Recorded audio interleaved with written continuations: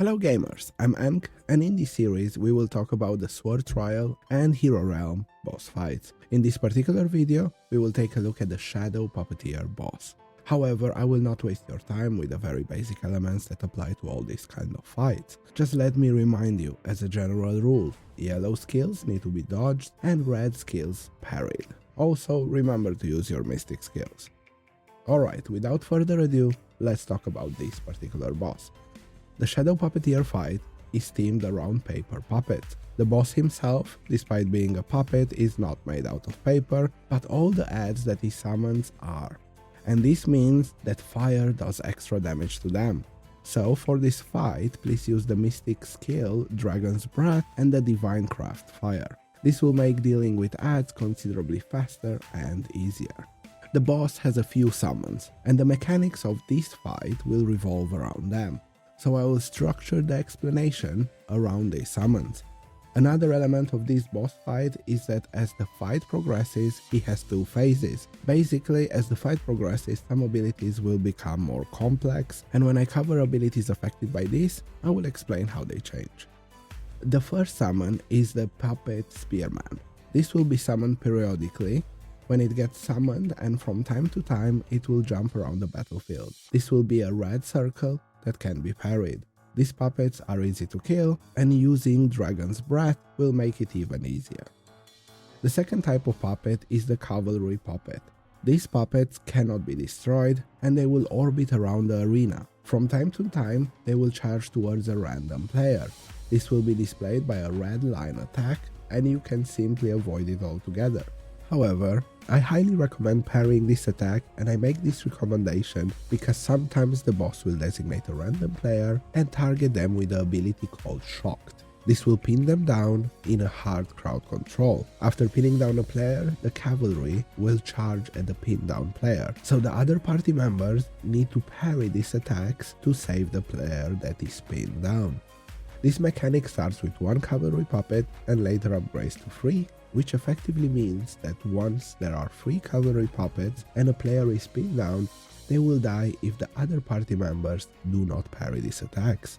I have a note here, and that is Serene Breeze mystic skill can be used to escape the shocked ability. However, all players should be using Dragon's Breath on summons as often as possible. The pinned down player may not have enough vitality to use Serene Breeze and escape, so in my opinion it is just safer for the other party members to parry these attacks, especially since it's not very hard to do. Alright, the next and third type of puppets that get summoned are marching puppets. On the north side of the arena, a line of puppets will be summoned and a timer will start, displayed by the line that is filling up in the middle of the screen.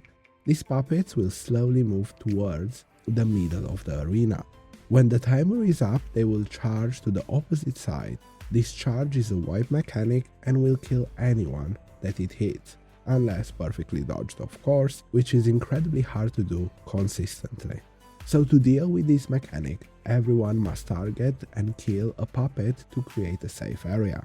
As the fight progresses, the boss will summon 2 lines of marching puppets, both on the north side of the arena and on the opposite south side.